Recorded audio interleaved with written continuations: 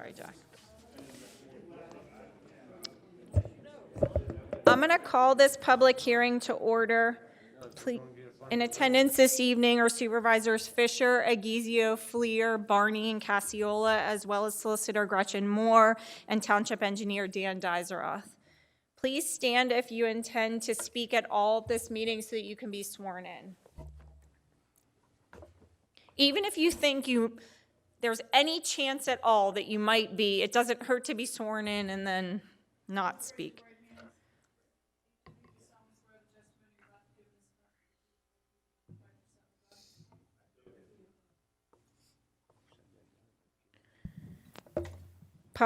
This is a public hearing to consider the rezoning application 2021-0033 filed by Maronda Homes for property on Silver Creek Lane, McDonald, PA, in the R1 low-density residential zoning district. Tax parcel ID 140-007-0000001900 and 140-007-0000001901 and 140-007-0000001902. The proposed change in zoning designation is from R1 low-density residential to R2 medium-density residential to accommodate a planned residential development. This public hearing was duly advertised on March 9th and March 14th, 2022. Are you here? You ready to present? Thank you.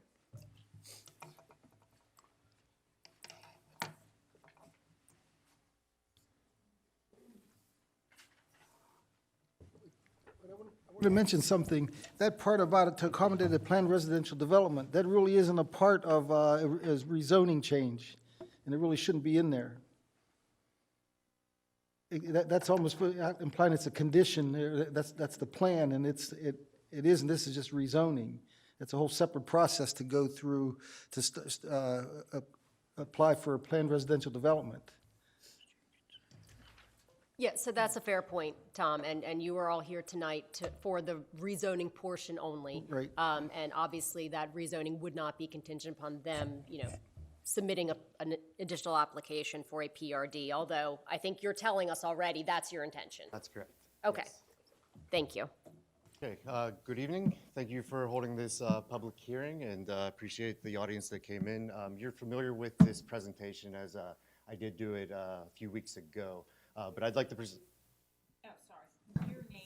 Your name for the record. Michael Cedor, land manager with Maronda Homes. But I just wanted to do this presentation as a refresher to the board, as well as inform the audience of our intentions and why we are requesting this rezoning. So to jump right into it, the community will be Silver Creek. As mentioned, we will requesting an R2 rezoning to utilize the PRD. So my name again is Michael Cedor with Maronda Homes. I also have Josh Hato with David E. Wooster and Associates, who is our traffic consultants. So to start off, the subject properties in Cecil Township on the zoning district map are highlighted. It is currently zoned R1, which is low density. Our request is to rezone it to R2, which is medium density. In the R2, a PRD is allowed. The total property is 138 acres, and it fronts on Rising Road. So the proposed rezoning, the argument is kind of twofold. One is based on the current comprehensive plan that you have, as well as the proposed but not approved comprehensive plan that has been put a lot of time and energy into from the township. So I just want to touch on that as well. So the current comprehensive plan kind of states that an R1 zoning is for properties that do not have public utilities, specifically sewers. The R2 is more designed for properties that currently or will soon to be having public sewers. These properties at this moment do have all public utilities available to them, and that coincides with the goals and objectives of the comprehensive plan to rezone properties that have those features available to them. Moving forward to the future comprehensive plan and proposed comprehensive plan, this kind of falls in with what the vision of the township is based on that proposed plan. The subject properties assuming that it does get approved, would be in a mixed use where a PRD is allowed. And to go into that, that is the future land use map. To zoom in, you can see that it is in the mixed use, abutting medium density residential.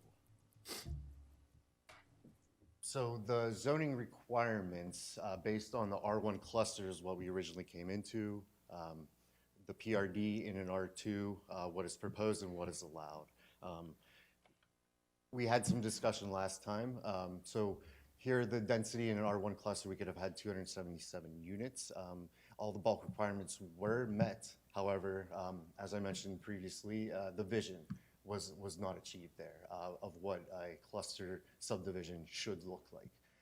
If you look at the R2 PRD, maximum as well as proposed, and I do want to mention that the 1,100 units is the allowable requirements. The topography of the site, among other things, wouldn't allow that. It's closer to the 236 units, which is what we're proposing in the plan. Some of the benefits of PRD opposed to like a straight zoning of R1 is it's a more compact development. The infrastructure is smaller, the maintenance is less. There's less areas that are disturbed, more dedicated open space, and we preserve some of the natural features, and there are streams and wooded slopes on these properties. So we've tried to preserve that as much as possible, utilizing the PRD.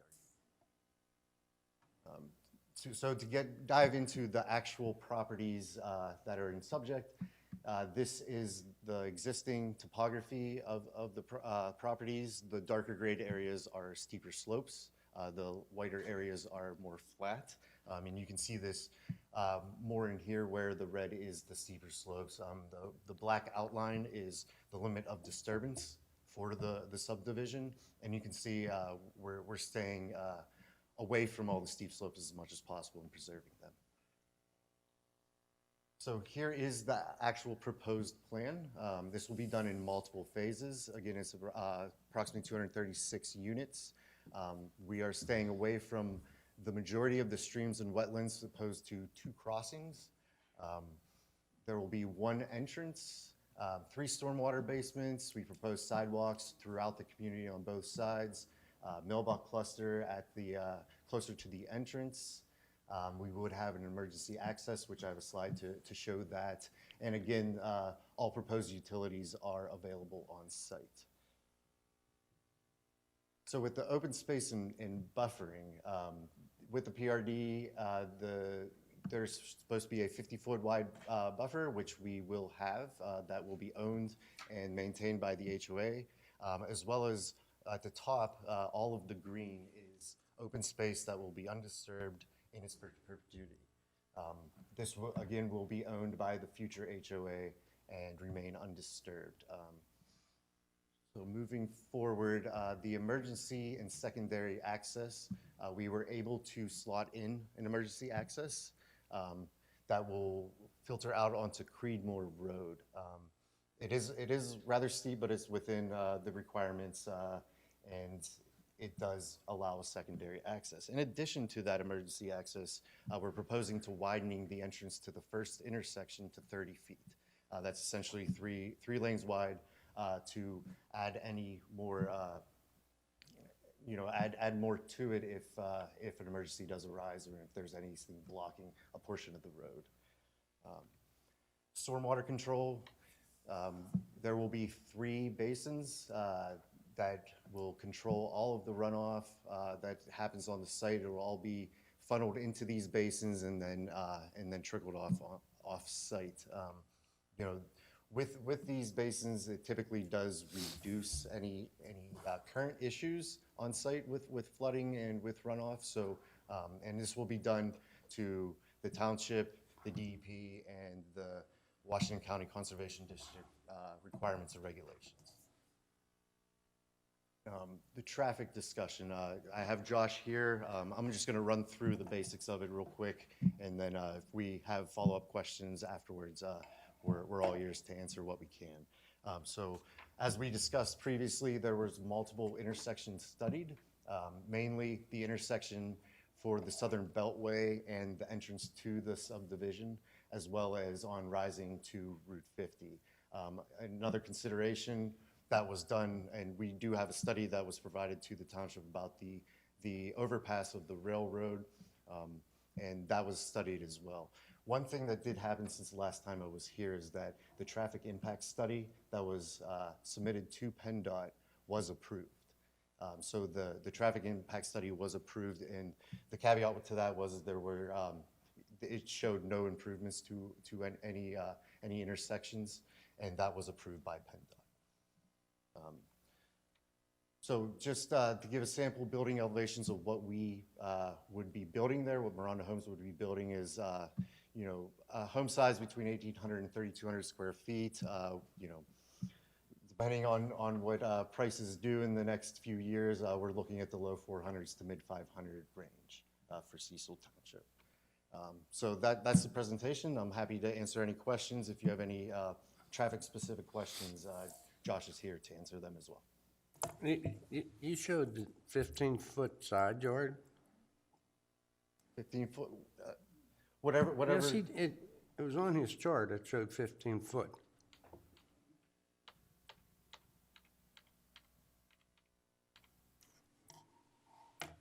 Side yard setback, 15 foot. That's the R1 cluster. The R2 PRD is 10 foot. The third last one. Proposed on the right column. So you can only build a house like 45 foot wide? So, yeah, that's correct.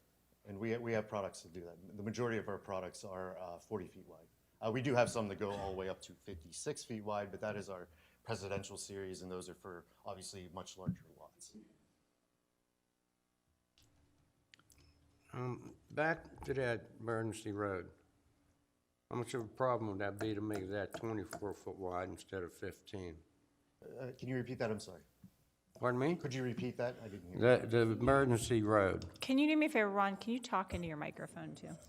Sorry. The emergency road, I thought you said at one time it would be 15 foot wide.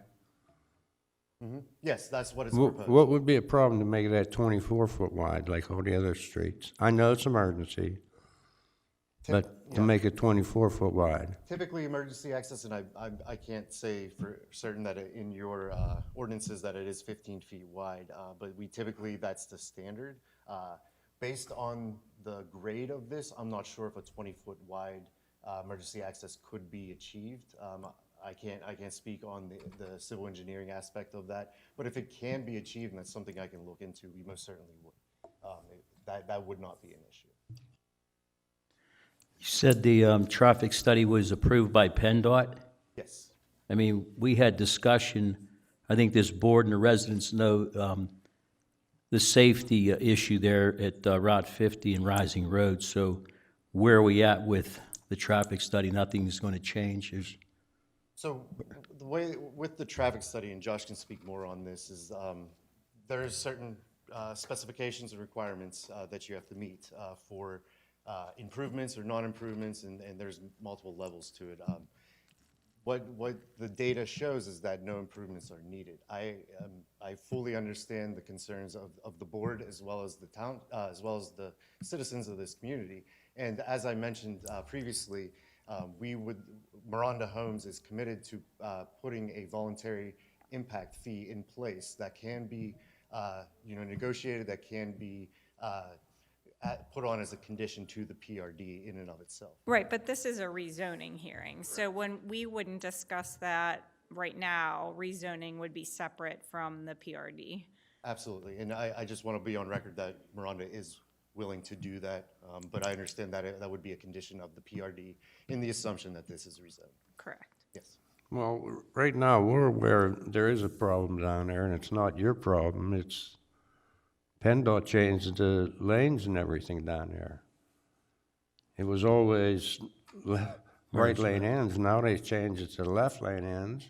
Which it doesn't. It said, the sign says left lane ends merge right, but the right lane ends. I mean, you'd have to drive in front of somebody that's going straight through. I understand, and I mean that's an issue that you're dealing with now. I can't speak on that. I'm Right. So. If you feel like complaining, though, we'd appreciate that. because they're not listening to us right now. And I we get fully understand. messages daily about near accidents there. Sure, sure. Well, they said they have their engineer look at it. They did. I just Josh, want to would go you- over to grade school and get somebody to look at it. You see, it's Josh, so would you like to crazy. speak on this?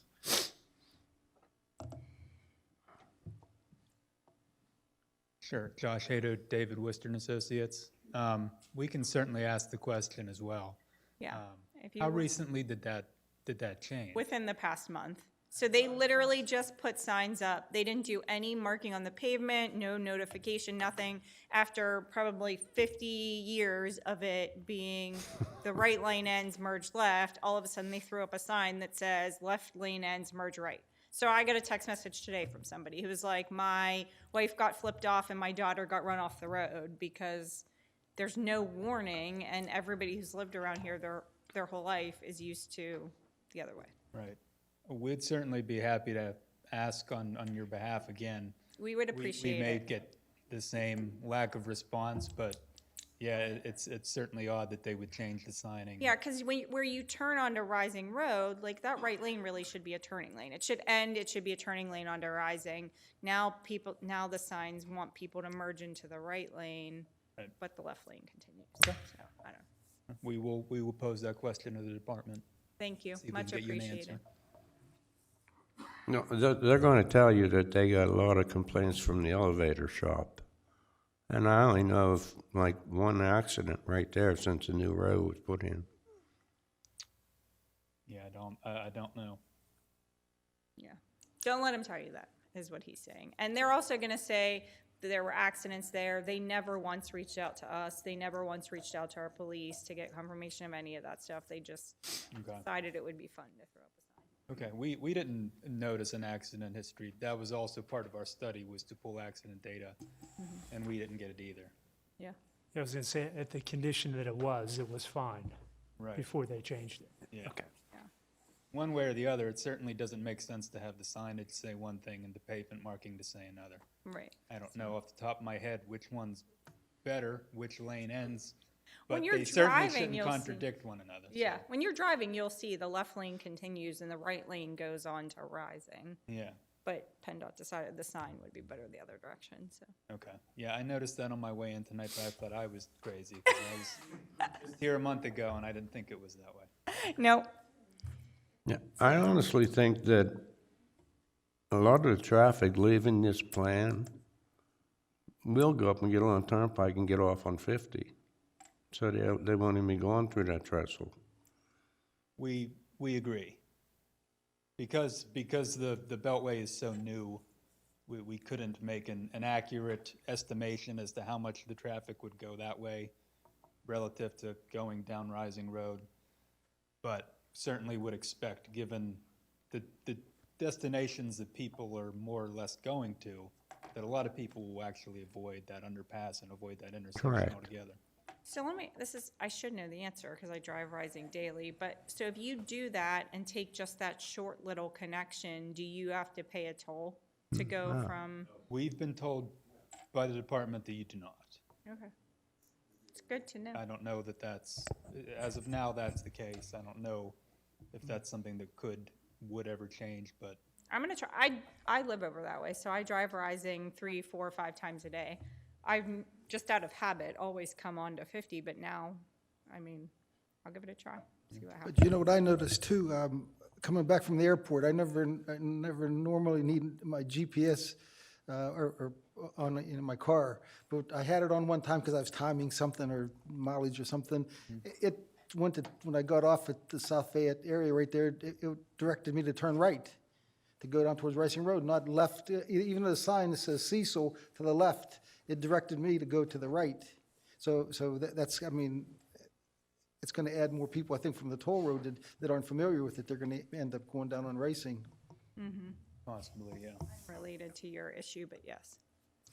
Or your, One other thing is, I don't know if there's anybody from the church here. Somebody was supposed to come up and speak, the preacher or somebody. They're complaining, which I don't blame them, that tractor trailers are going down to the trestle and can't get under and backing up into their lot. That has nothing to do with Maronda. They need to talk to the turnpike to put better signage up when them people are coming down, not to go down there and then have to back up into the church. GPS is probably taking them that way. That's the first time anything like that has been brought to our attention. Well, it has nothing to do with Maronda. It's not, it's more a turnpike problem, I would think. Yeah. Any other questions by the board? Not everybody at once. Anything else you want to add? Any questions or comments by anyone in the audience? You can step to the microphone, just state your name and address for, oh, sorry. Race there, see who gets there first. No, it was fine. You'll both get the opportunity. Just state your name and address for the record, please. I'm Nancy Marshall, 45 Tomahawk Claim Lane. I spoke to you all a couple of weeks ago at your regular meeting, but I did have a chance to speak to Reverend John Patterson. He's the minister at the Cecil Alliance Church, and his manse is right beside the church. So he is right there at the railway underpass. And he says that at least once a day, a truck can't get through and backs up.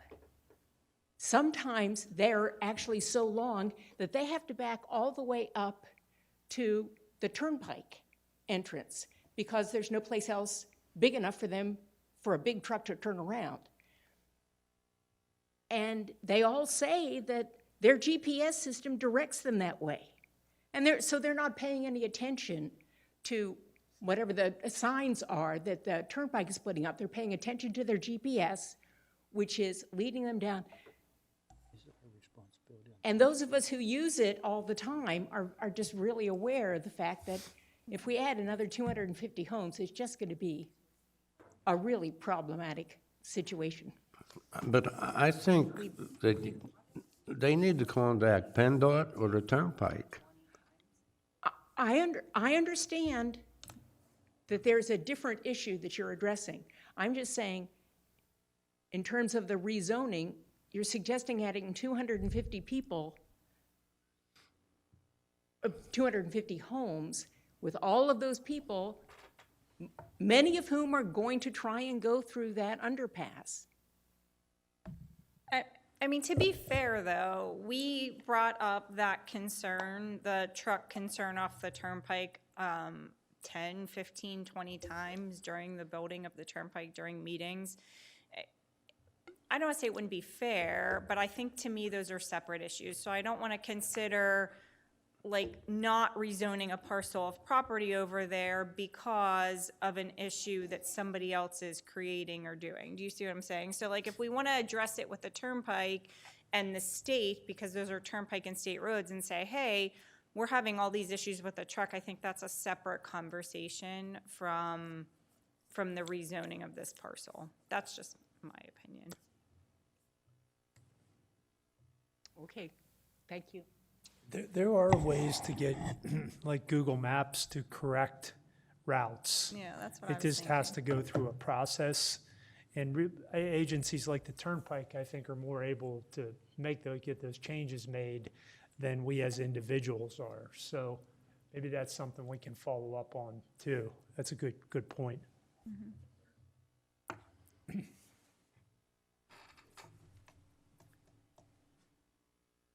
Just to quickly add on that, we had noticed that, months ago, it's taking GPS devices and phones and things some time to catch up to the beltway as they do with new roads like this. So it certainly has been changing and evolving, and, by reporting things like that, we'll look into that, doing that. But it is something that's gonna evolve. It still is a relatively new project, so. Given how far it's come in the last couple months, it's something that needs to be ironed out, but I'm sure that that's something that can be accomplished. If they want to go up 50 west, it is a half mile further to go on South Fayette Way and come back this way. Exactly, almost 6/10 of a mile longer. So the GPS normally is shortest route, they're obviously gonna send them to the right, to Racing Road. But there should be some sort of notification that comes up that lets them Low know. clearance ahead or Yeah. something. Yeah. It's an issue that PennDOT has to work out with the Turnpike and get the proper signage posted out there on that road so these trucks and vehicles don't come down there to that railroad trestle. I mean, there's no township road involved, but we have to reach out to PennDOT with the Turnpike, and they have to work it out amongst themselves. Yeah, truckers would see that, the T there, to go left towards South Fayette. If there were signs directing them that way, and telling them there's low clearance to the right. Right. Go ahead, thank you.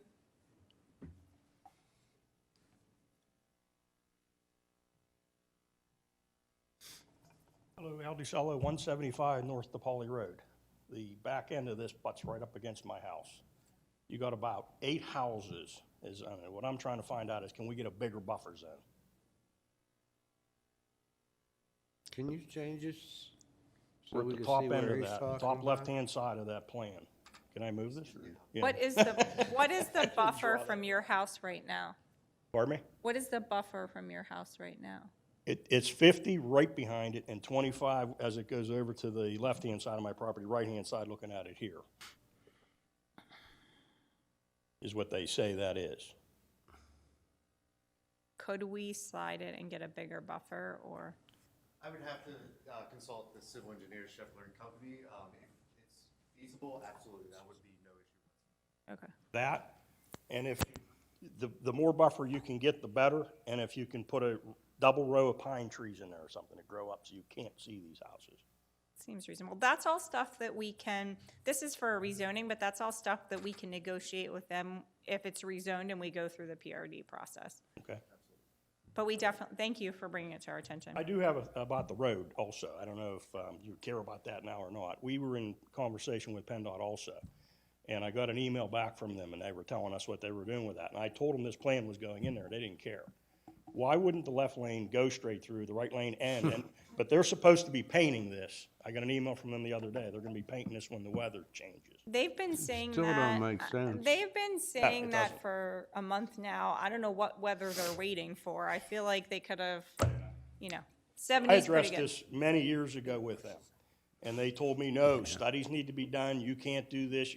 All I wanted was an arrow painted on the road, and they wouldn't do it. How much money that's gonna cost? So they wouldn't do it. Now all of a sudden, they just change it like that. It literally, One complaint, they said.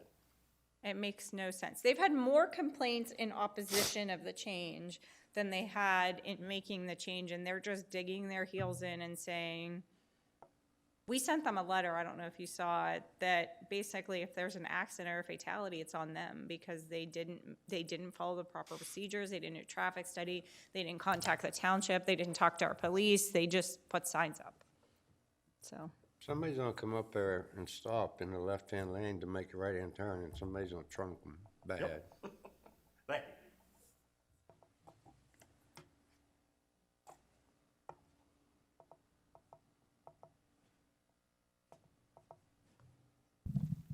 This one. Kara Sheridan, 58 North DePauli. I just had a question. Do we have any idea what the cost would be to somehow remediate that underpass area to make it wider with more sight distance? Do we have any clue, like, what the cost would be to do So- something there to make it better? So again, like, we can look into that. We do have some ideas because we've looked at it before, but again, like, not to keep bringing it back, but like, Yeah. we don't want to mix up a what we can do under a PRD and what we're considering under a rezoning. Sure. So under a rezoning, we just need to look at the parcel itself. We can't consider, we shouldn't consider other off-site improvements. When we get to the PRD process, we can work with Maronda Homes to say, hey, this is something of concern to us. How do we work out how to improve that or whatever? But tonight, like, that would not be a priority. It's But we something for do the know. future, and I guess just for residents who are worried about that, it's something that we can do some work in finding a better solution. We do have some. Whether it's the turnpike's fault or it's, additional car traffic, there's probably something, right, that we can look into in the future. And whether it's impact fees or whatever it is that is collected, we can deal with it at a later time, right? Well, the trestle belongs to the railroad. And I've seen, I don't know if you've heard anything, I've seen people up there surveying. PennDOT was up there surveying, somebody said the railroad was up there surveying. I mean, if they could do something like they did down Copper, Dan, how much you think that was down there? And there was no trestle going through there. There's funding out there for doing things. Railroads have money in their budgets to do those types of things from time to time. We just need to check further into it, talk to that railroad. Something else we can investigate. I asked the question, you had mentioned that at a previous meeting, I think in January. Or someone had asked, is there anything? So I reached out to PennDOT and never did get a response. So. Shocking. Whatever the Totally nature, shocking. the nature of whatever they might be doing, I don't know if it's PennDOT or railroad, but Might we're be no better closer to knowing what it is, if it's anything, than we were a couple months ago. Might be better off to contact the railroad. They'd be They more would know. forthcoming, probably. Yeah, exactly. Okay. Yep. Well, if all three got together, the Turnpike, PennDOT, and the railroad, they might be able to do something. Someone's bound to answer. Seriously, you know? Eventually. Any other questions from anybody in the audience? Any other board questions? At this point, this public hearing is closed. 1, 2,